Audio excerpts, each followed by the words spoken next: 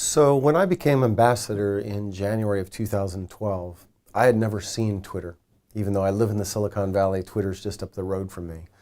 But Secretary Clinton, who was one of my bosses at the time, said we should engage in this as a way to reach out directly to Russian society in my case, right? And so I jumped in, and in retrospect, I think it was a fantastic instrument which allowed me to tell the Russian people about our policy, tell the Russian people about America, not filtered through their state-controlled media, and engage directly with people. And I tried to answer people's when I could. So sometimes I was interacting with a deputy prime minister on Twitter, and other times I was interacting with a high school kid from Vladivostok.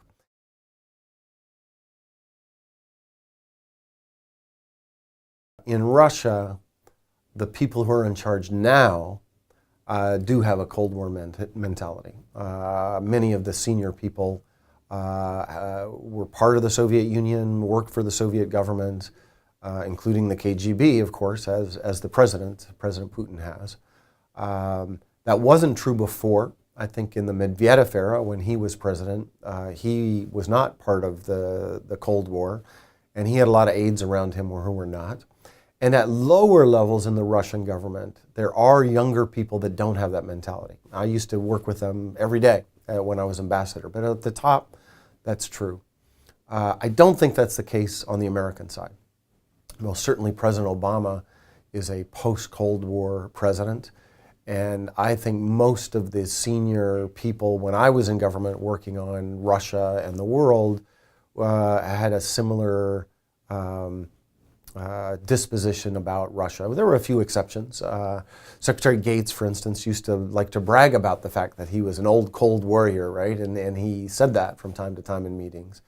But generally, I would say there was a shift in the United States. There was a shift during the Medvedev era, and now we're back to some other people being back into power.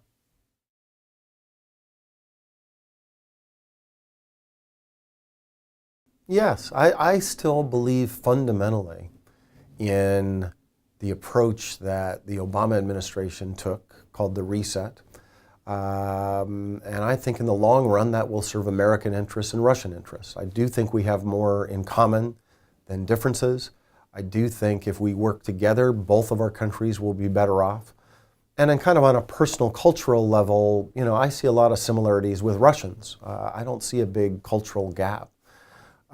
So I don't know what role I'll personally play in that, but I most certainly see that still as a long-term objective. And if there's a chance for me to do something positive about it, I'll try to get re-engaged.